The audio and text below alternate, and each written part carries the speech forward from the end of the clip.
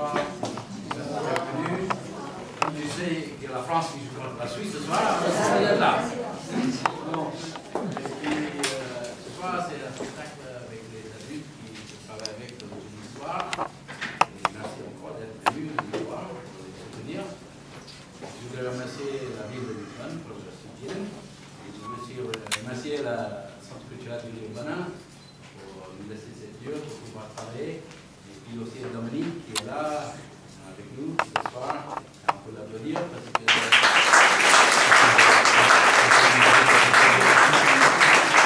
bien aidé. Bon, je vous laisse place aux artistes. Merci.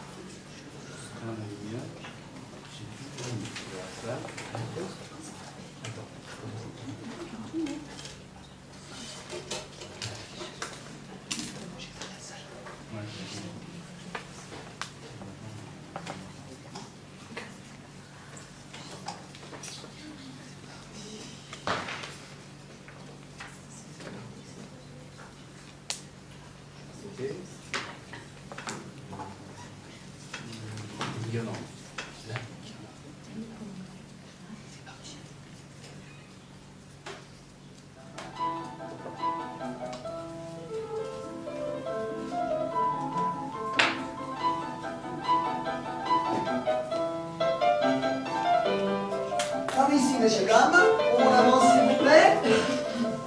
Ne vous éloignez pas.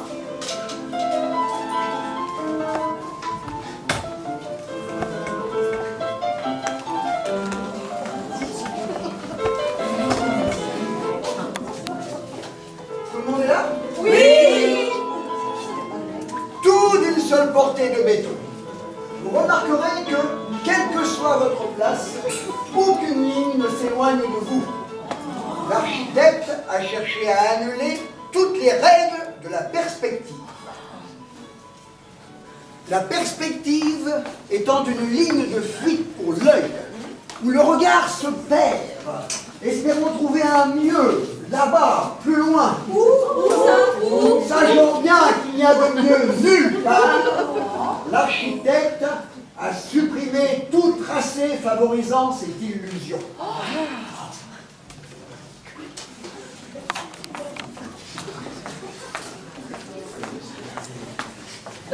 Le bâtiment n'a non seulement aucune perspective interne, mais ne s'inscrit à l'extérieur dans aucune perspective d'un autre bâtiment. Il ne prolonge aucune avenue, aucun parc public, et ne figure dans aucun plan de la ville distribué aux touristes. Mais c'est vrai, c'est vrai.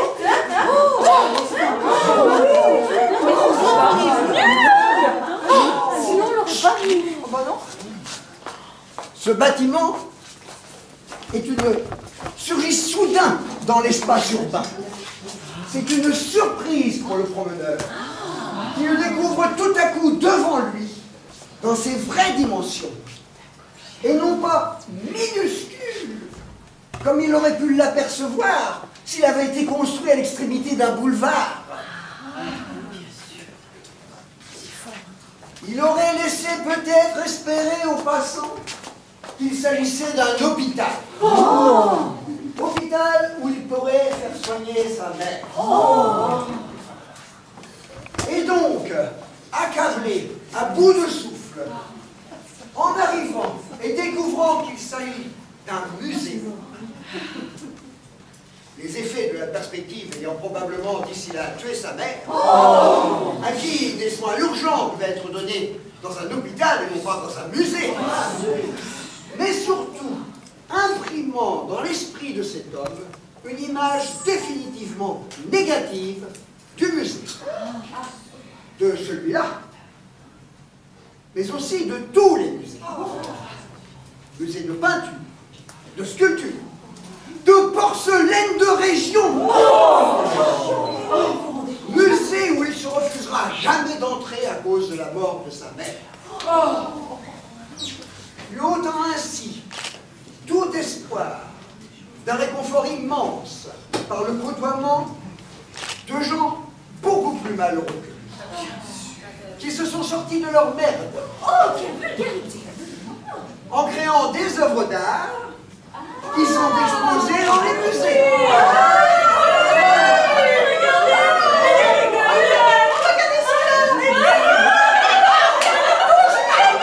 On ne touche pas, c'est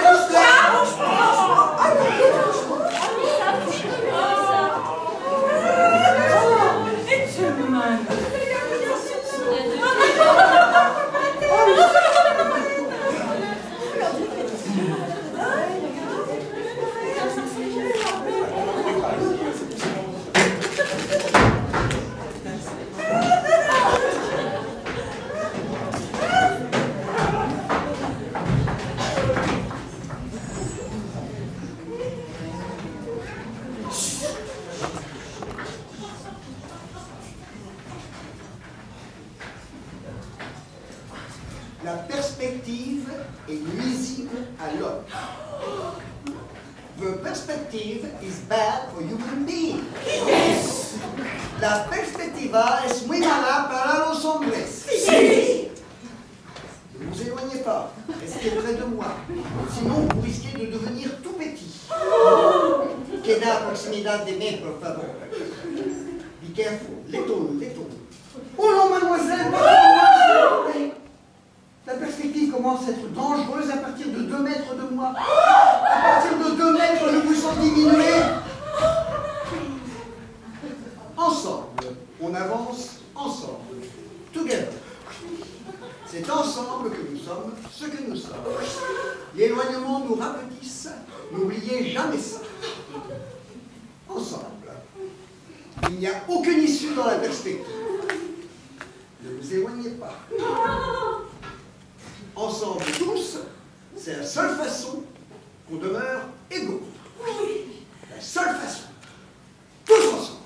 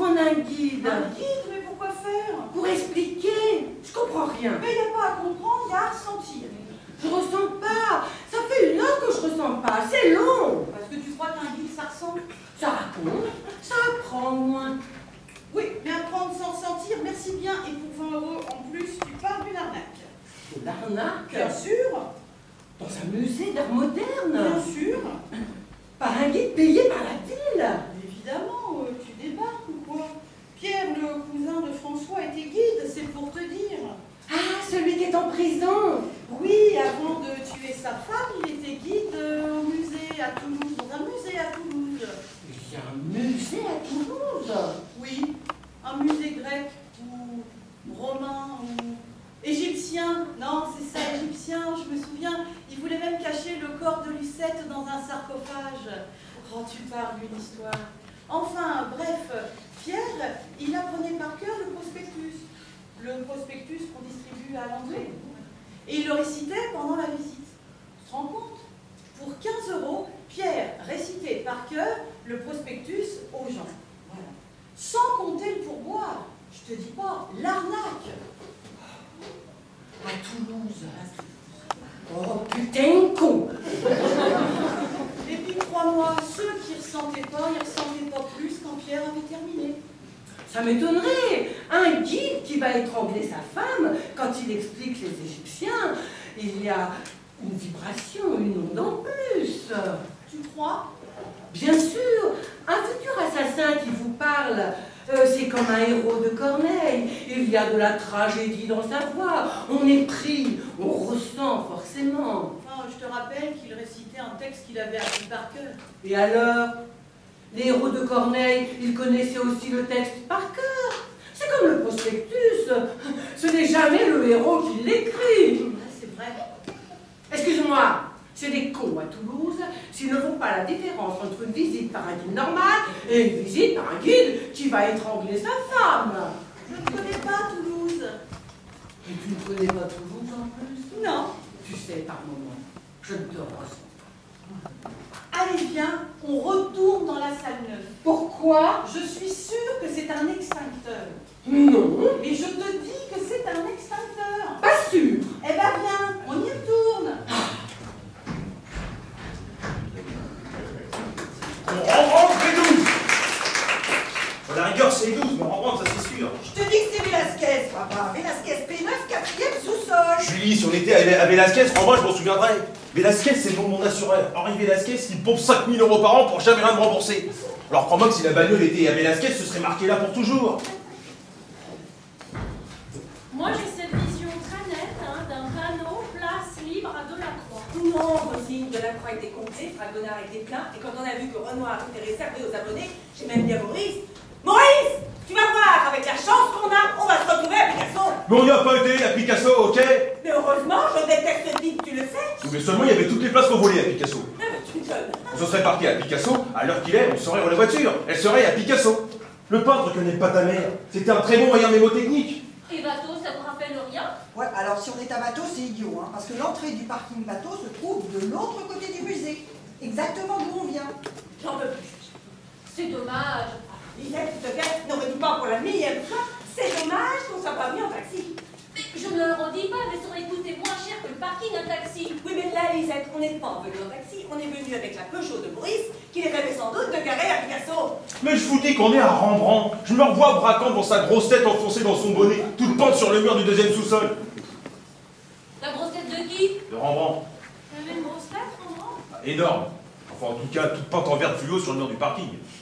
Une grosse tête de Rembrandt peinte en vert fluo, ça m'aurait marqué quand même. Mais il ne sait même pas la tête qu'il a, Rembrandt, c'était peut-être celle de Bruegel ou de Jérôme Bosch, mais il ne connaît rien en peinture, rien, sinon il y a longtemps qu'il aurait retrouvé sa voiture.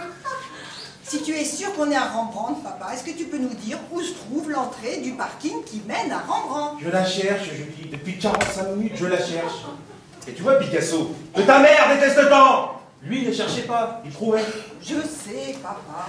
Il aurait été là, Picasso. Il y a longtemps qu'il aurait trouvé l'entrée du parking, hein. Oui, et bien moi, s'il avait été là, Picasso, il y a longtemps que je serais rentré en taxi. Ah, tu vois comme c'est pratique le taxi, Rolande.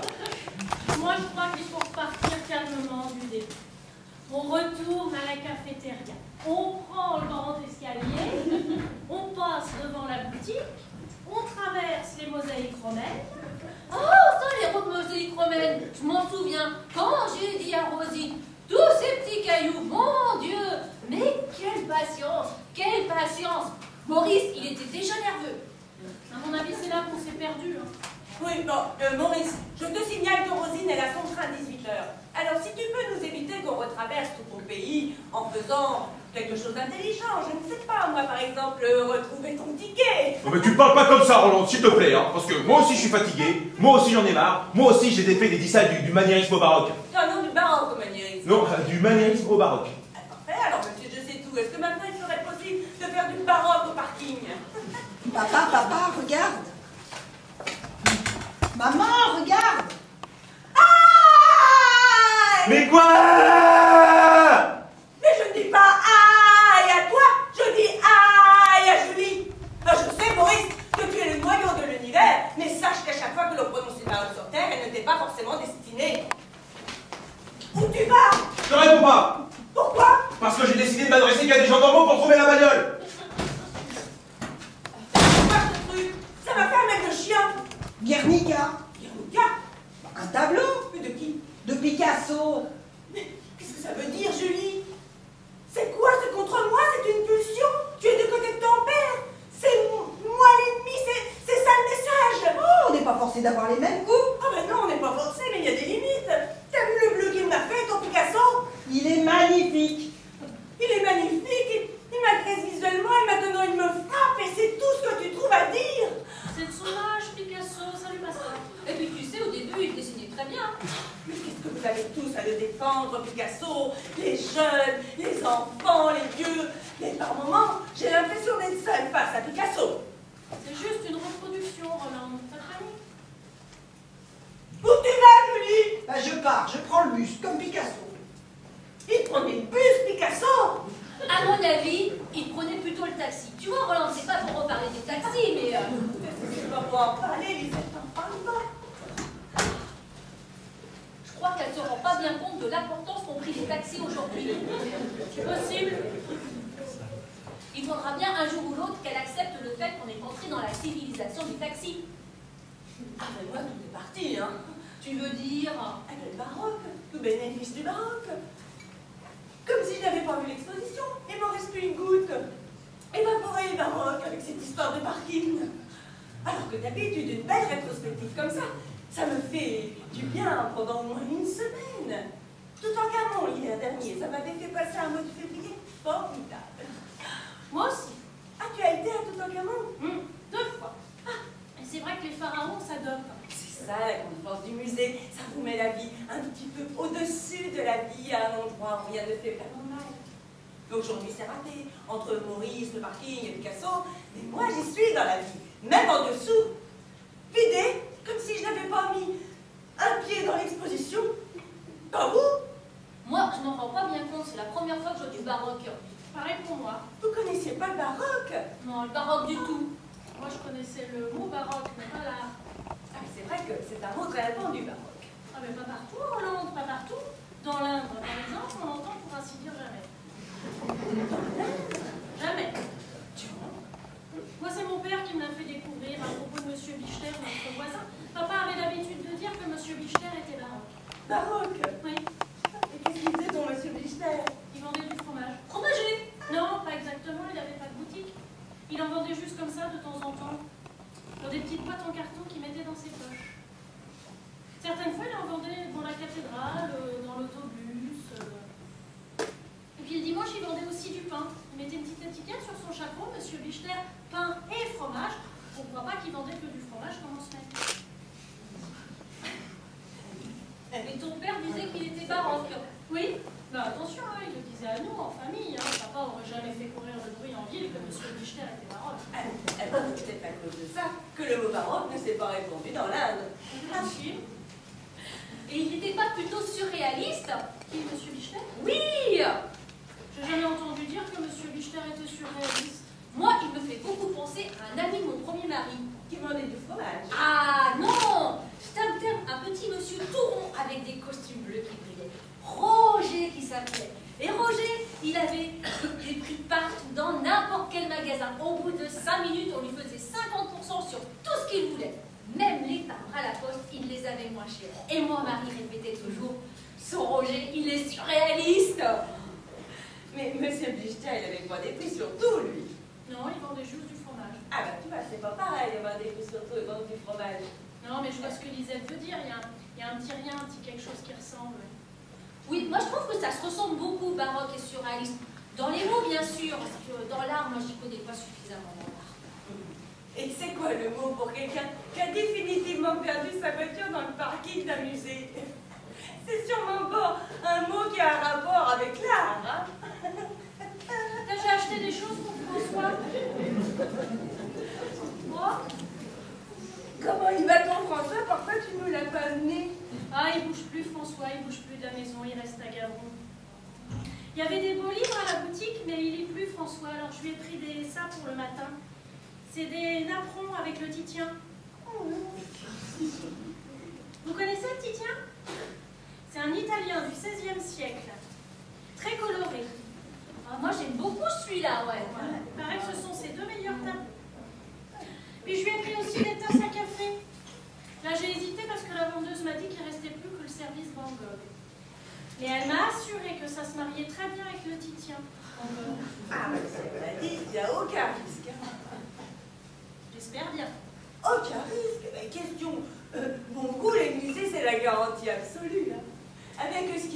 accrochés au mur et peuvent pas se permettre un repas avec des tasses à café. Et la vendeuse m'a assuré que les deux passaient très bien à la machine. Ça ne m'étonne pas. Ce sont deux très grands artistes. Et bien tant mieux, parce que j'étais surtout pris pour la gaieté des couleurs. Alors si ça devait se faner au lavage, je ne pourrais pas revenir de sitôt. Oh, tu sais, on t'en aura envoyé d'autres. Ah non, on ne peut plus rien nous envoyer, Caro. On n'a plus de poste, on n'a plus de postier, on n'a plus de maternité, on n'a plus de cinéma, on n'a presque plus de travail, et même M. Bichter, il est mort. Il y a bien les Japonais qui ont parlé de reprendre l'usine de sèche-cheveux, mais finalement ils l'ont pas reprise et depuis elle rouille dans la rivière. Et il paraît qu'après les Japonais, bah, c'est cuit. C'est pour ça que François il a décidé de ne plus bouger du tout dans la maison, depuis que c'est cuit par les Japonais, depuis 3 ans. Il bouge plus, il regarde rien. Il parle un peu des fois. Il dit qu'il aurait mieux fait de vendre du fromage comme M. Bichter. De temps en temps, comme ça, quand il en aurait eu envie. Et d'avoir un beau chapeau comme lui, avec l'étiquette du dimanche, pour dire qu'il vendait aussi du pain. Je crois qu'il est triste, François, d'avoir passé sa vie dans une usine qui rouille dans la rivière. Il aurait préféré une existence baroque, je crois. Mais c'est trop tard maintenant, il bouge plus de la maison, il ne regarde rien, il est chômeur. Oh, mais c'est pas baroque, chômeur. Ah non, c'est surréaliste. Oui, ça, beaucoup de gens le disent aujourd'hui. Être chômeur, c'est surréaliste. J'avais oublié, mais ça, c'est sûr. Finalement, c'est pas si pareil, hein, baroque et surréaliste. Ah bah, en tout cas, pas dans l'air. Ni dans la vie. Vous n'allez pas le croire. Vous savez où était la voiture? Salvador Dali, P18, le type avec sa tête dans son bonnet là, c'est pas Rembrandt, c'est Dali. Comme un Picasso, j'en étais sûre, Maurice, sûr. Bon là Roland, je te promets. Il peut pas s'en empêcher, il est happé par Picasso. Bon allez, on y va, hein. Vas-y, et 18 heures.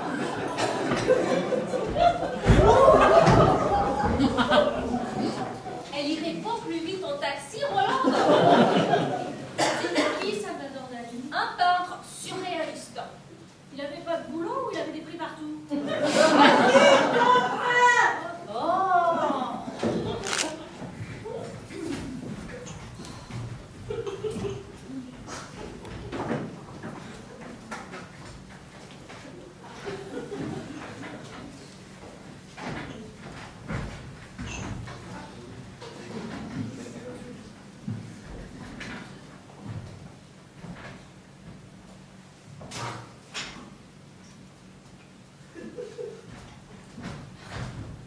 Sylvain, Corinne, on ne court pas dans les musées. Quand je vois ces galeries qui n'en finissent pas avec toutes ces statues alignées, je me dis qu'on parle pas assez de sexe à la maison, Françoise. Bien sûr. Et après, quand les enfants arrivent ici, ils sont perdus. Regarde-les. Sylvain, Corinne, on ne court pas dans les musées. Hein? Mais de quel sexe tu compares? Bah, peu importe, du tien, du mien. Et il faut qu'on en parle, Françoise, et c'est urgent. Sinon, on va finir par dégoûter les enfants de toute la période gréco-romaine. Et franchement, ce serait dommage. Regarde le disco-ball. C'est une splendeur. Je préfère autant qu'on parle du tien. Moi, comme tu veux, aucun problème. Hein. Ouais. Et qu'est-ce que tu veux qu'on dise à propos de ton sexe? Pas déjà qu'il existe. Que j'ai un sexe, comme Marc Aurèle, comme Mercure, ou comme le disco-ball, que le sexe que les enfants voient partout ici est le même que celui de leur père, que c'est quelque chose de naturel, que ça n'a rien d'exceptionnel. Déjà, je pense que ça les apaisera. Que tu es les mêmes sexes que Marc Aurèle? Ou que Marc Aurèle, même sexe que moi. Ça relativisera un peu. Ils seront moins chamboulés. Ils auront un repère. Et quand? Quand quoi? Quand tu vas leur parler? Bah, ce soir, pendant le dîner, au lieu de regarder la télévision qui les rend idiots. Tu vas parler de ton sexe pendant le dîner? Oui! C'est un des rares moments où il y a une écoute possible. On est tous les quatre, les uns près des autres. Et s'ils ne te croient pas, hein? S'ils ne te croient pas que tu es les mêmes sexes que Marc Aurèle? Bah, je leur montrerai. Tu montreras ton sexe? Bah oui. À table? Bah, qu'est-ce qu'il y a de mal à montrer son sexe à ses enfants à table? Oh, je sais! Mais, enfin, ça leur apprend l'art, Françoise. Ça leur apprend que l'art, c'est quelque chose d'humain, que ça ne doit pas faire peur, que ça fait partie de nous. Oh non, mais les enfants! Oh, ne touche Françoise!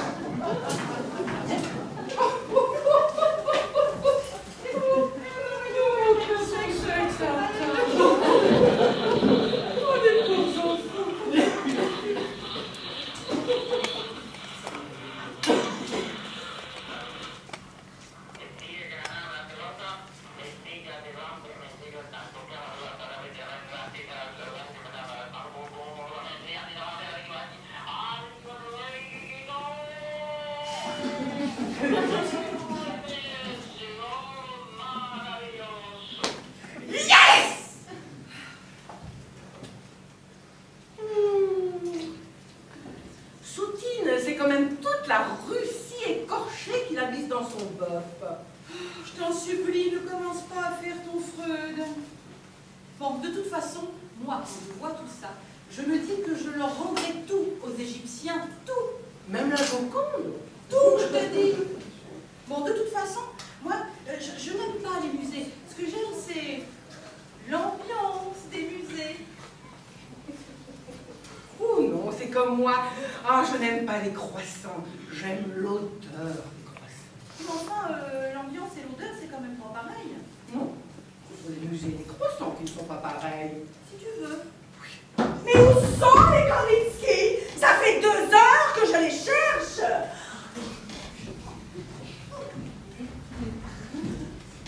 Je cherche les Kandinsky. Les Kandinsky, le Kandinsky.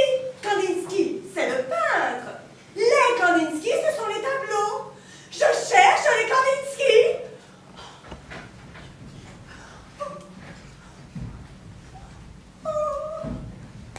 Mais je ne suis pas folle. Il y a bien des Kandinsky à cet étage. Mais où sont les Kandinsky? Je ne les trouve plus. Mais où sont-ils?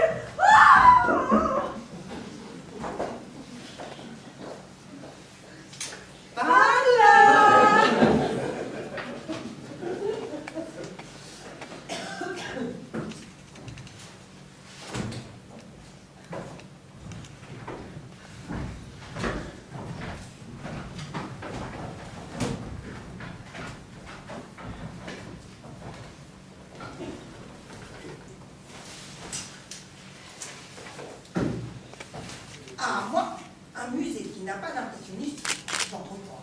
Voilà, c'est comme l'année dernière dans le Périgord. Les châteaux forts sans donjon, quand il n'y a pas de lieu, je visite pas. Et chez les impressionnistes, dans n'importe quel tableau, vous pouvez vous asseoir. Vous êtes en France, c'est-à-dire à la maison. Elle me manquait, la France. Elle me manquait depuis 3 étages. Allons, enfants, Et puis, ils sont connus, très connus. Moi, j'adore quand c'est connu. Moi aussi, j'adore.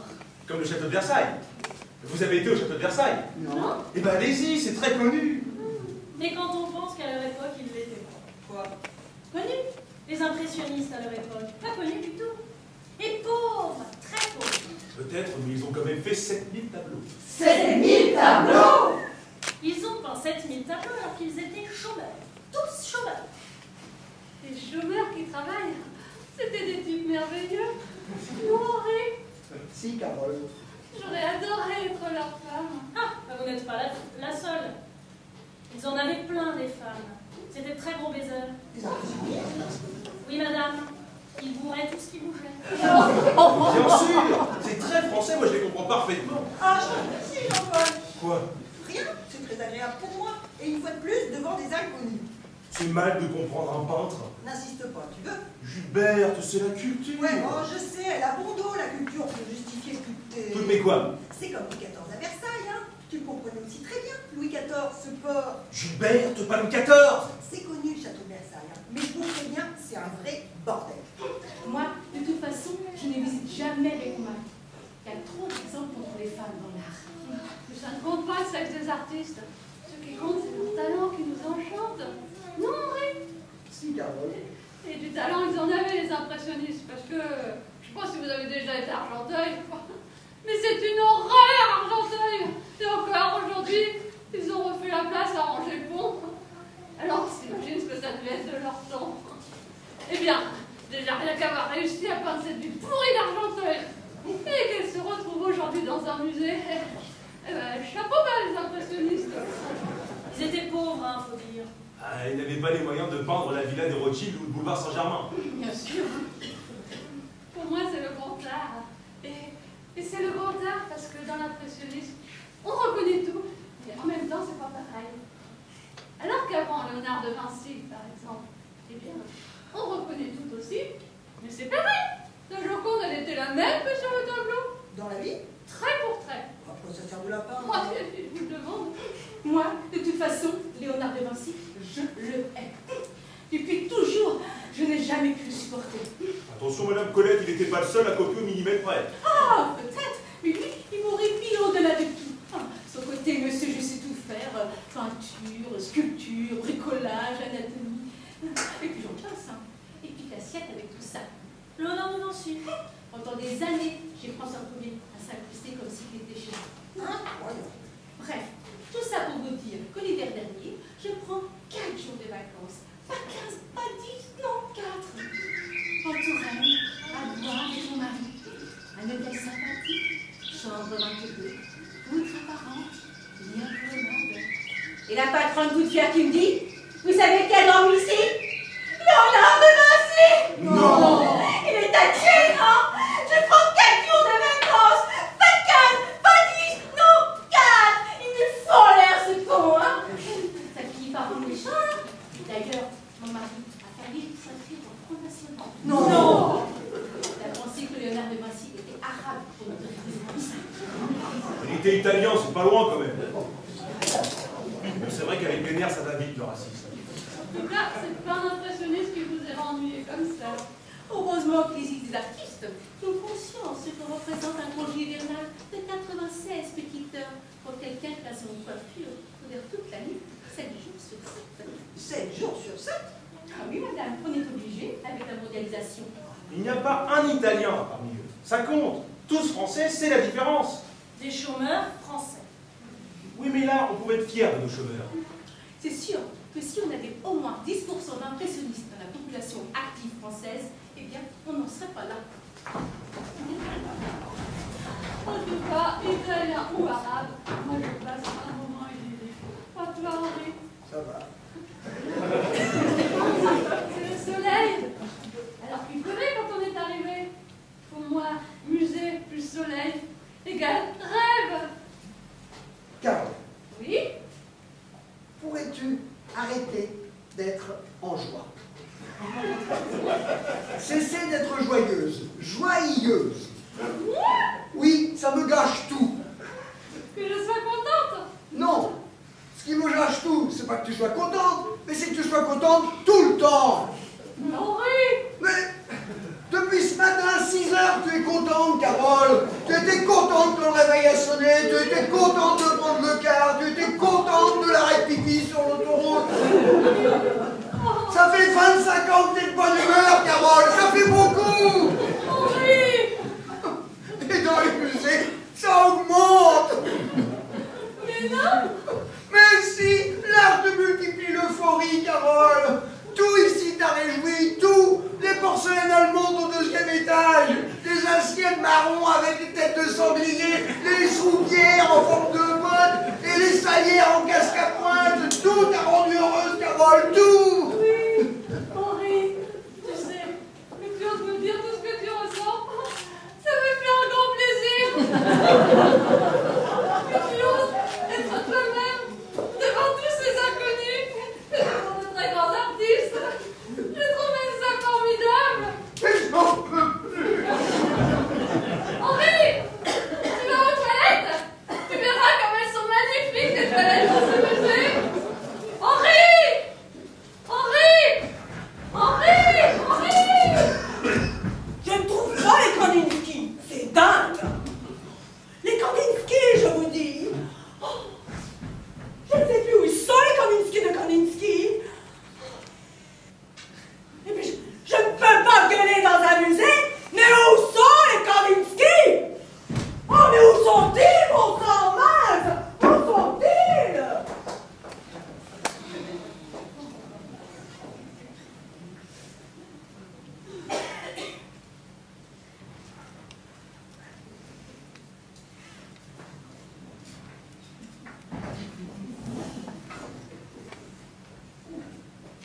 Quand tu penses que le Gréco n'était même pas connu à son époque. Qui ça? Le Gréco.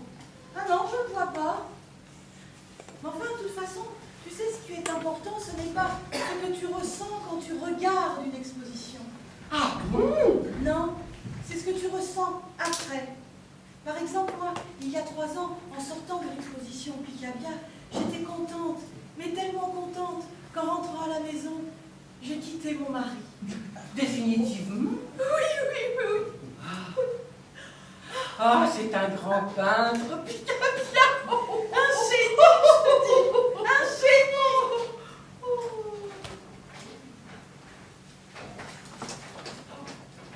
Oh, pour moi, c'est le cœur du romantisme en peinture. Je n'aime pas. Pourquoi? Trop marron. Trop marron? Ça me rappelle l'automne. L'automne, ce n'est pas marron. Ah bon? La nature ne devient pas marron en automne. Non, je dirais plutôt qu'elle rougit, qu'elle jaunit, qu'elle se couvre d'or. C'est la fête, quoi. Oui, on a tout de même le droit d'éprouver une certaine joie devant ces couleurs flamboyantes. Je te rappelle que papa est mort un 18 octobre. Mais Il n'y a pas de mais. Vous êtes vraiment des monstres, vous, les amateurs d'art.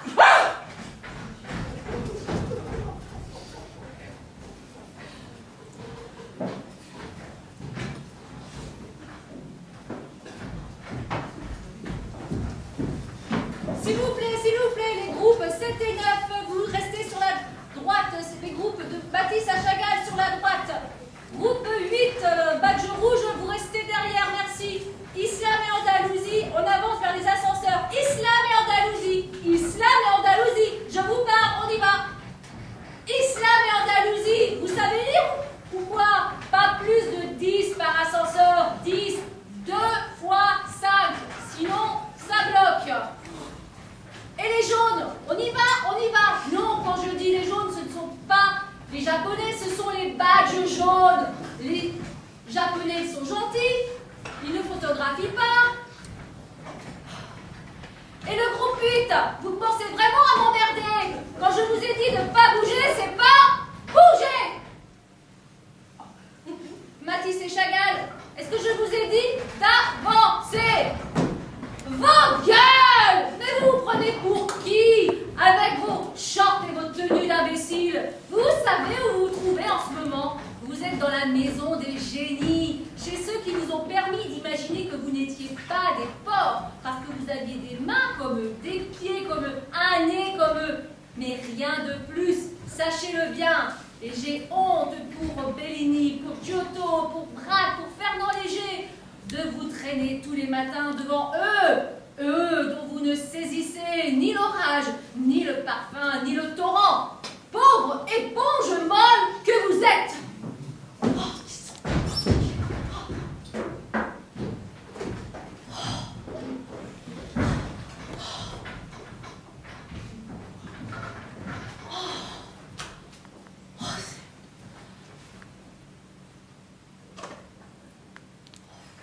Moi, tu vois, je te dis très simplement et très tranquillement, j'ai peur.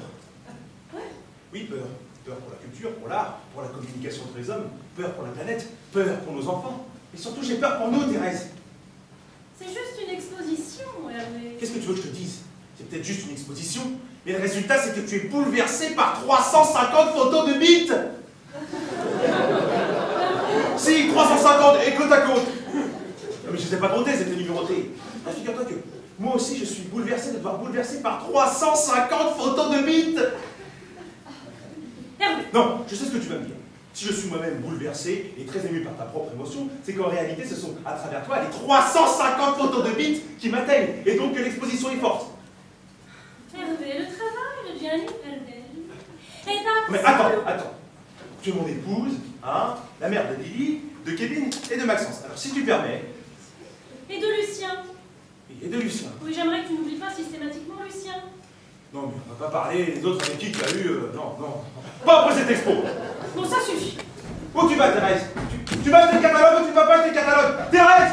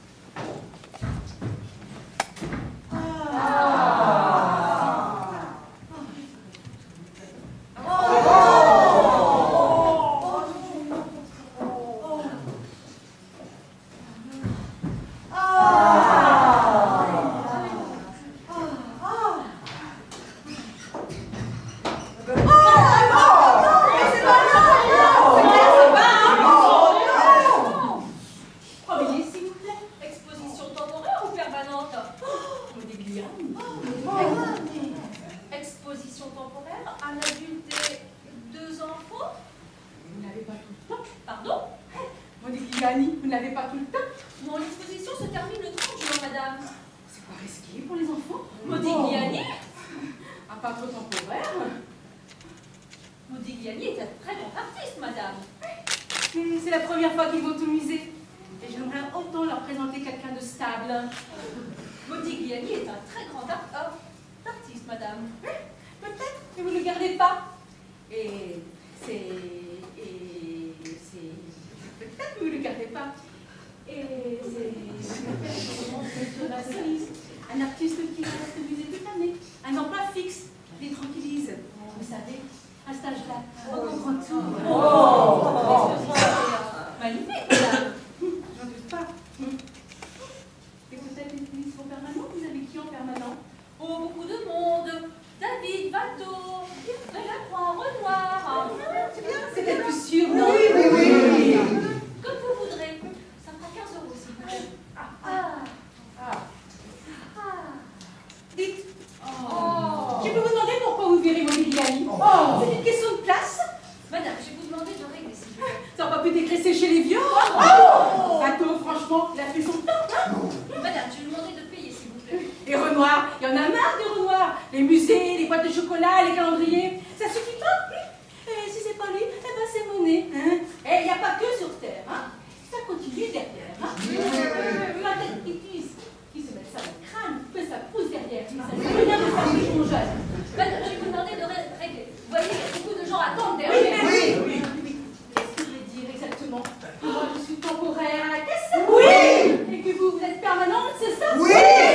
15 €, s'il vous plaît, madame. Allez, c'est pas en traitant les visiteurs comme vous traitez Modigliani que vous allez donner à la jeunesse le goût de la peinture. Allez, on s'en va, les enfants. C'est pas possible.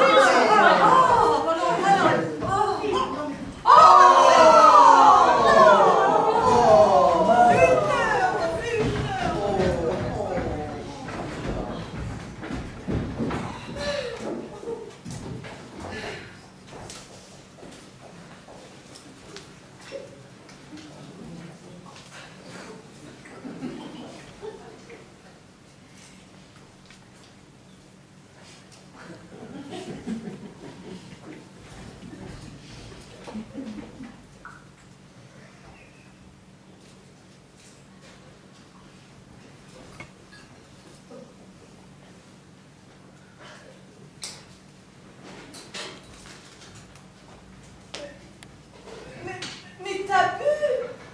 Mais pourquoi t'as bu? Tu vas voir les impressionnistes tout net. Je m'en fous.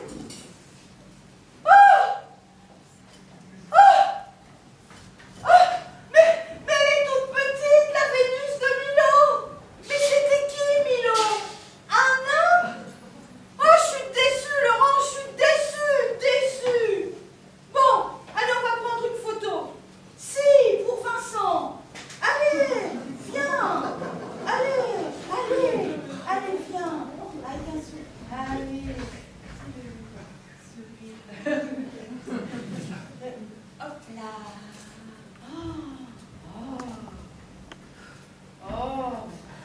Mais on la fera agrandir. Ben, on est bien obligé. Elle est trop minus. Oh, merde, Laurence, merde, je suis déçue. Déçue. Finalement, l'art moderne est né à Lascaux. Et là, ancien. Eh ben alors là, tu me poses une colle. Et puis moi, c'est clair et net. Michel-Ange me fait chier. Comme moi, Mozart. Et Beethoven aussi, il me fait chier. Et ben celui-là, c'est le pire. Et puis, il faudra bien qu'un jour, que les artistes comprennent qu'ils n'ont pas le monopole de l'art. Il y a nous aussi. Et on est plus nombreux. Excusez-moi, c'est ici les Kandinsky? Ça fait 3 heures que je les cherche. Mais ils ont disparu ou quoi, les Kandinsky? Oh non. J'étais venue voir spécialement les Kandinsky, je ne les trouve pas. Et vous, là, qu'est-ce que vous faites? Mais je sais. Tout le monde est Kandinsky ici.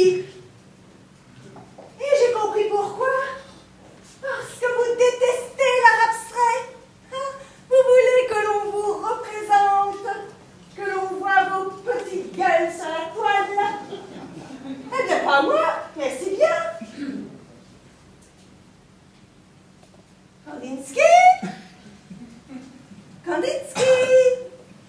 Kandinsky! Kandinsky! Kandinsky!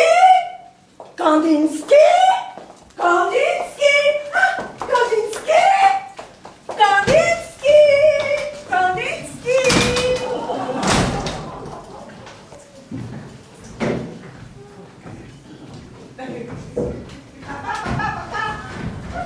On va voir les petites chéries. Ah non, je cherche ta mère. Petite chérie. Ben ouais, petite chérie.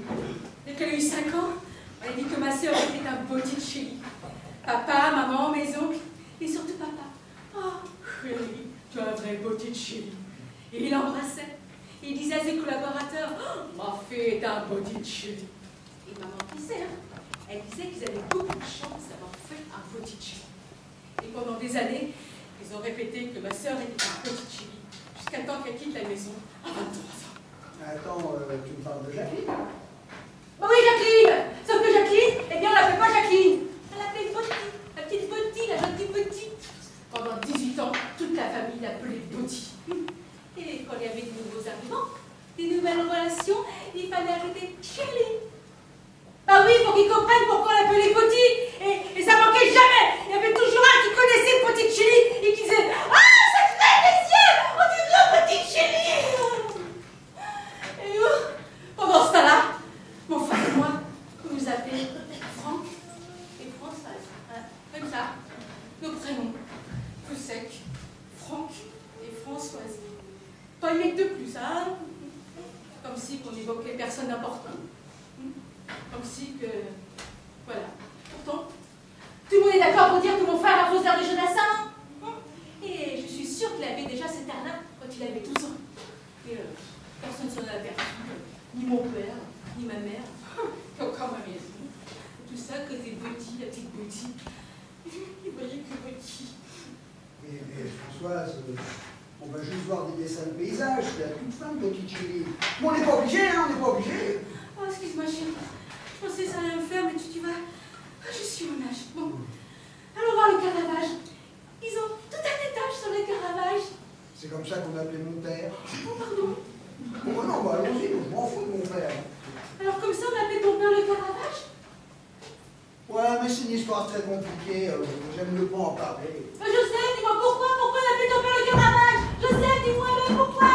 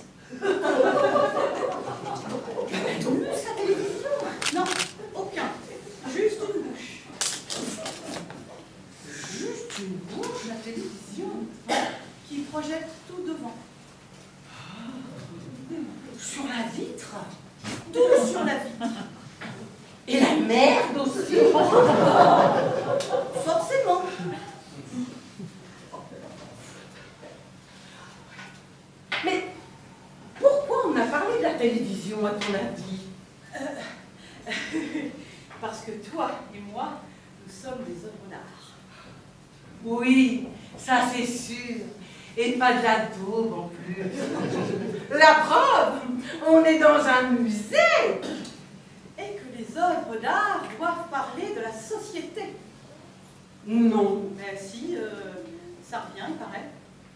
Tu veux dire que l'on doit signifier quelque chose? Mais c'est ce qu'ils veulent.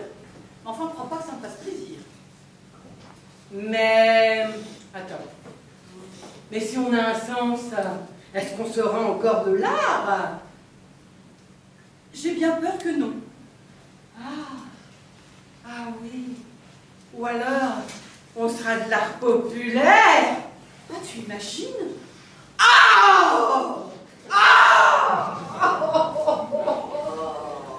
Ou pire, de l'art bourgeois. Mais quelle horreur! Je hais les bourgeois! Non. Sauf ceux qui nous prêtent leur villa l'été en Corse. Ceux-là, ils sont gentils. Oui, enfin, quand ils ont un bateau et des femmes de chambre. Mais bien sûr. Sinon, je ne les aime pas.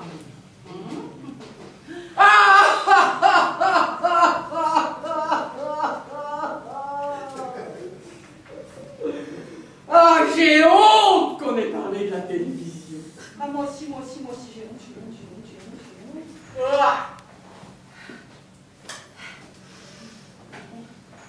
On se rattrape. Oh oui.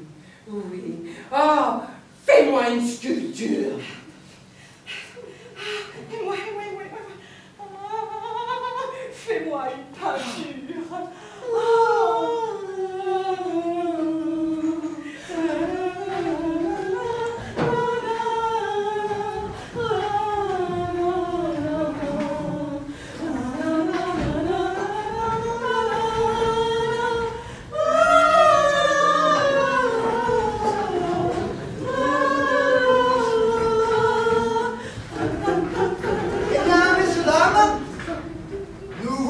Devant une œuvre très importante par ses dimensions, où l'artiste renouant avec l'art pompier a voulu dénoncer les dangers du scoutisme, de la nature, de la pensée unique chlorophyllienne et surtout de la pureté.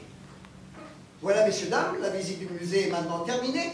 Je vous remercie de bien vouloir sortir par le grand hall, en restant bien groupés, si vous ne voulez pas être happés par des perspectives illusoires et devenir tout petits. Ensemble, tous ensemble, c'est la seule façon de demeurer égaux.